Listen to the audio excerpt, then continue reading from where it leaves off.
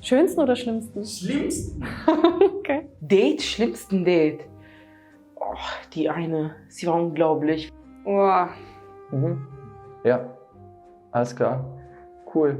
Okay, mir fällt was ein, was ich total bescheuert finde. Also vielleicht war es nicht das schlimmste Date, aber es war schlimm. Erste Date musst du dir vorstellen, das war das erste Date. Zum Beispiel, ich bin auf einer Dating-App angemeldet, so. Mein Name heißt Profil lesen. Und dann kommt jemand mit so einem Benzer halt an. Und ich schreibe extra hin, mich interessiert weder dein Geld noch dein Auto. Es war ein Double Date. Es gab meinen Kumpel vor mir und sie war neben mir. Ich habe wahrscheinlich 3-mal auf sie geguckt. Ich war die ganze Zeit direkt auf meinen Kumpel geblickt. Ich glaube, ich habe nur schöne gehabt. Alles Erfahrung, auch wenn es ein bisschen awkward ist. Ich war mal mit einer, da habe ich sehr lange nicht gekifft gehabt so und die ist vorbeigekommen und wir haben einen Joint geraucht und ich war todeshigh einfach. Ich war so todeshigh. Und dann sind wir essen gegangen und die hat einfach die ganze Zeit nichts gesagt. So, also die war auch übelst high, aber die war einfach nicht so, ich die ganze Zeit irgendwelche Sachen erzählt, so ey, guck mal, irgendwelche Geschichten erzählt. Irgendwann bin ich mir halt richtig dumm vorgekommen, so, weil ich gedacht habe, Alter, da kommt überhaupt keine Antwort, so, weißt du, da kommt einfach nur so, ja, alles klar, cool. Und dann habe ich das auch angesprochen, ich so gesagt, ey, du bist aber nicht so gesprächig irgendwie so. Und sie so, ja, nee, ich bin nicht so gesprächig, so, ich höre lieber zu. Und ich denke so, Alter, ich bin gerade todeshigh und muss auch noch das Gespräch am Laufen halten, so. Oh, ich muss mal kurz überlegen. Boah, ich weiß gar nicht. Nee, Mann, ich hab keine schlechten Dates gehabt, glaube ich. Boah, das eine kann ich nicht erzählen, das geht nicht. Obwohl, doch, kann ich erzählen. Pass auf. Sie kam zu mir nach Hause, also wir haben uns davor schon mal getroffen. Sie kam zu mir nach Hause, wir sind noch mal rausgegangen. Vor die Tür, sie fängt Stress an. Ich sag so, bitte, hör auf, mach keinen Stress. Sie fängt Stress an und zieht sich ihr Oberteil so aus und sagt so, wenn ihr oberkörperfrei seid, dann darf ich das auch. Niemand in dem Raum war oberkörperfrei, muss man dazu sagen. An dem Abend, das war der erste und auch der letzte Abend, an dem ich dieses Mädchen gesehen habe. Da gibt es noch eine Steigerung zu, aber die kann ich nicht erzählen, weil das ist zu gottlos. Es geht noch schlimmer. Erste Date, musst du dir vorstellen, das war das erste Date. Ich glaube, das war eine Person, die sich älter ausgegeben hat, als sie wirklich war. Und war dann eher so 18 oder so. Und war dann sehr kindlich so. Und da habe ich mich mega unangenehm gefühlt. War noch nicht auf so vielen Dates. Mir fällt gar nichts ein. Das schlimmste Date, das war da war ich ungefähr 17. Das war in Frankfurt-Schwabenheim oder wie das auch heißt. Schwanheim. Ja, Schwanheim, genau. Und da hatte ich mich mit jemandem getroffen gehabt und der hat mich dann einfach stehen gelassen. Und dann irgendwann mal war ich umkreist von irgendwelchen Typen und wusste dann nicht mehr, wo rechts und links ist. Aber die haben mich zum Glück dann irgendwann mal alleine gelassen und in Ruhe gelassen und bin dann nach Hause gefahren. Mein schlechtestes Date war so ein Standard-Date. Man trifft sich an einer U-Bahn-Station, man sagt Hallo, man geht einen Kaffee trinken, man redet ein bisschen darüber, wer ist und wer was macht und dann bezahle ich die Rechnung und dann war es das auch so. Okay, mir fällt was ein, was ich total bescheuert finde. Also vielleicht war es nicht das schlimmste Date, aber es war schlimm. Weil ich war verabredet mit jemandem, es war, dachte ich zumindest, eine korrekte Person. Und ich saß dann im Restaurant am Tisch, in der Ecke so und wartete und wartete und wartete und dachte mir so, where the fuck is he? Ja, so, was ist denn los hier? Jetzt lässt er dich auch noch warten, was ist das für ein Typ? Und war so ein bisschen schon genervt, weil ich kam auch schon etwas später, weil ich eigentlich meistens etwas zu spät komme und dachte mir so, wo bleibt der Typ? Und dann kommt er irgendwann an den Tisch und erzählt mir, dass er mich beobachtet hätte, wie ich in das Restaurant reingegangen bin und wie ich mich sozusagen allein an dem Tisch verhalten habe, auf ihn wartend. Dachte ich mir so, fuck off, verpiss dich. Also das habe ich nicht gesagt, aber ich habe es mir gedacht und dann es ist auch das letzte Date, ey, nee, geht gar nicht. Dann hat er noch meine Hände angeschaut und meinte so, ja, Frauen, die ihre Nägel irgendwie nicht so richtig, deine Hände sind aber nicht so gepflegt. What? Sind in Ordnung, oder? Ich meine, ich kann damit arbeiten, ich kann damit was bewegen. Was heißt hier nicht gepflegte Finger oder Hände oder so? Nee. Also das sind halt unterschiedliche Typen, ja. Manche wollen halt jemanden, der halt sehr gepflegte Hände hat und andere wollen halt andere Sachen. Ich scheiß auf sowas. Ja, dass ich mich mit jemandem getroffen habe, den ich über Instagram kennengelernt habe und die nicht den Vorstellungen, die ich hatte, ausgesehen hat. Also Catfish. Wir waren an einem Fluss spazieren. Er war sehr hochnäsig. Er hat aus dem Nichts meine Haare gegriffen und an ihm gerochen. Ja. Das war komisch. Es war jemand, der nur auf sein Handy schaut. Schlimmstes Date? Ich hatte eigentlich nicht so schlimme Dates. Nur als ich ganz jung war, so 13 oder so, da hat der ernsthaft gesagt, lass mal essen gehen. Und dann sind wir zu McDonald's gegangen. Und der hat mir nicht mal mein Essen bezahlt. Also ich musste einfach selber bezahlen. Also war ich halt 13 so. Aber das war wirklich sehr schlimm. Ich glaube, da war es geplant, dass ich mit ein paar Freunden von mir schwimmen gehe. Und da war ich ein bisschen jünger und habe dann auch meine derzeitige Freundin auch gefragt. Und es war, glaube ich, so 5 Jungs und ein Mädel und das war meine Freundin. Und ich fand es irgendwie cool, so als Kind eine Freundin zu haben, als wenn meine Freunde da sind. Aber im Nachhinein habe ich es verstanden, dass es sehr ekelhaft war. Ja, ich glaube, das war das schlimmste Date, was ich je hatte. Ich date eigentlich nicht, keine Ahnung. Mein Ex war sozusagen mein erstes Date. Theoretisch, und ich weiß nicht, ob es ein Date war, ich wollte einfach nur rausgehen und chillen, aber wir sind dann zusammengekommen.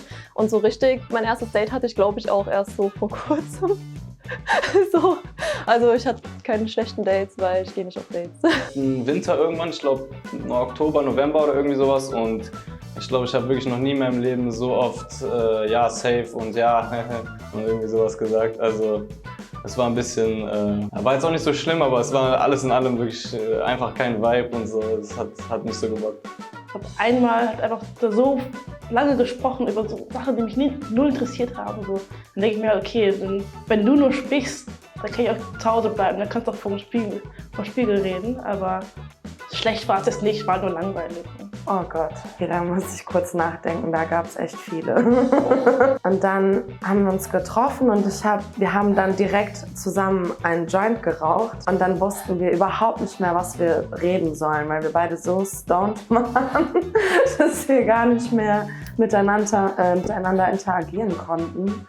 Und einmal kam einer mit Rosen zu unserem ersten Treffen. Das war auch ein bisschen too much vielleicht. Wir waren essen und wir haben beide kein Gesprächsthema gefunden. Das Mädchen war langweilig. Dann bin ich halt nach Hause gegangen. War Zeitverschwendung.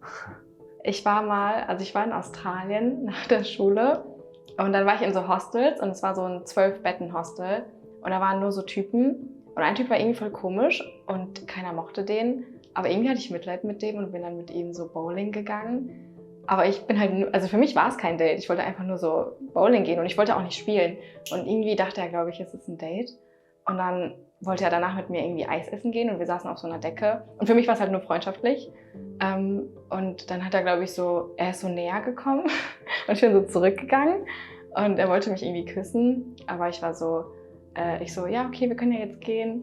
Und ich weiß nicht, es war einfach komisch. Es war so, er wollte was von mir und ich nicht. Für mich war es freundschaftlich. Und am Ende haben mich alle anderen, meine Freunde, da ausgelacht. Die waren so, oh mein Gott, hättest du nicht machen sollen. Aber ja.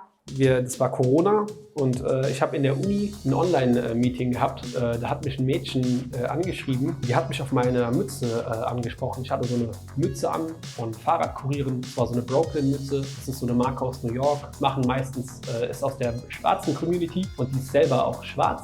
Und die hat mich auf die Mütze angesprochen und das fand ich ganz lustig und so. Wir haben uns dann auf einer Demonstration getroffen, für die Rechte von Kurden demonstriert. Sie war so ein bisschen unterdrückerig, fand ich manchmal so. Ja, sie hat manchmal mir so das Wort verboten oder so.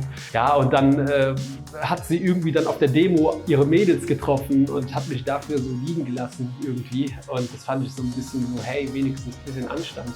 So, lass doch noch ein bisschen Zeit verbringen und danach kannst du sagen, ich will zu meinen Freundinnen zurück. Dann habe ich sie trotzdem nochmal gesehen, obwohl ich sie nicht sehen wollte. Und dann hat sie so ein bisschen so beteuert, was sie nicht so gut gemacht hat. Und das hat mich aber dann nicht mehr so überzeugt, weil es einfach zu enttäuschend für mich in dem Moment war. Und dann war es auch nicht gegessen. Ach, die waren alle ganz nett eigentlich. Also wenn es ganz schlimm wird, dann muss man halt fliehen irgendwie. Ne? Also irgendwann hat es mal angefangen zu regnen, dann war es perfekt. Das war eine absolute Katastrophe, weil die war über ihren Ex noch nicht weg gewesen. Die hat ständig von ihrem Ex erzählt. Und dann hat sie auf meine tolle Antwort hin gesagt, ja, siehst du, und das wusste der. Ist der nicht toll? Oder so in der Art. Da habe ich auch gedacht, hä? Sorry, das habe ich doch auch gerade eben gewusst. Und hast du mich gar nicht bemerkt? dass ich das wusste und gesagt habe? Von meinem schlimmsten Date? Das war in einem Café. Und das war ein Kerl, der bei einem großen Unternehmen arbeitet. Und also das ist ein Kunde, oder viele haben den als Kunden, als Telefonanbieter. Und er hat mir so viel davon erzählt, alle möglichen Produkte, was er in diesem Unternehmen anbietet. Der hat mich gefragt, ob ich Kunde bin. Und da, witzigerweise war ich sogar Kundin bei diesem Unternehmen. Und dann hat er gefragt, ob ich zufrieden bin und ob ich irgendwie einen anderen Tarif möchte und ob ich irgendwie genug Speicher habe. Ja? Also, und ich so, wow. Und dann habe ich mein Bier getrunken und bin gegangen. Und am nächsten Tag hat er geschrieben, hey, Xenia, das war so ein tolles Date, das war so cool. Du hast so schön zugehört, ja. Und ich so, wow, natürlich habe ich nur zugehört, weil du mich vollgequatscht hast mit deinen ganzen Angeboten von deinem Unternehmen. Und ich glaube, ja, dann habe ich gesagt, nee, es tut mir leid. Also ich bin eine zufriedene Kundin, ich möchte nichts mehr und ich glaube, wir lassen es bei dem Date und das war's. Aber so, ich erinnere mich, ich war irgendwie so fresher 16, ich dachte mir so, ja Mann, ich verdiene ein bisschen Geld, ich lade Chick so auf Kino ein. So, erste Mal Kino gegangen, Popcorn geholt, Getränke geholt, alle einfach Pfuffi verloren, so viel zu teuer. Und ich weiß noch, wir haben so geschrieben, dies, das und so eine Woche später schreibt sie mir so von wegen, ey, lass mal wieder treffen.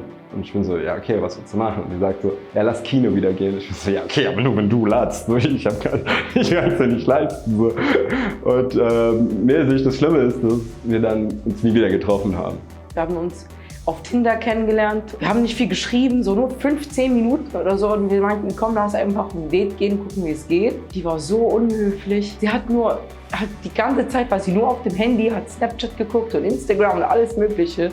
Und ich saß nur da und habe halt meine dumme Fragen gestellt, was auch immer.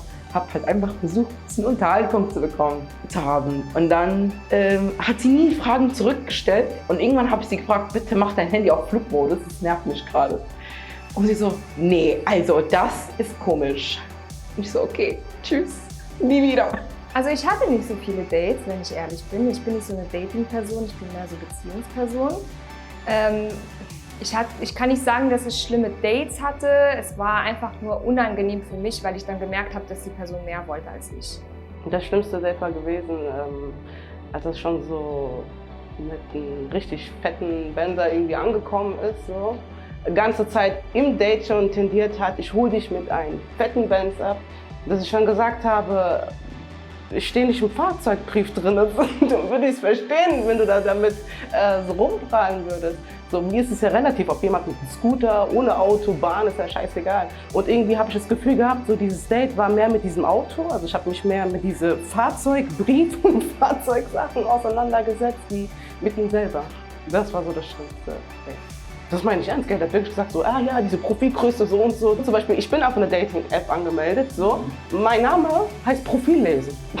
Ah, dass die Leute erstmal mein Profil lesen, verstehst du? Und dann kommt jemand mit so einem Benzer halt an. Und ich schreibe extra hin, mich interessiert weder dein Geld noch dein Auto. Nee. Ich erzähle von einem anderen, der war irgendwie noch krasser. Der hat über Facebook kennengelernt und der war Musiker.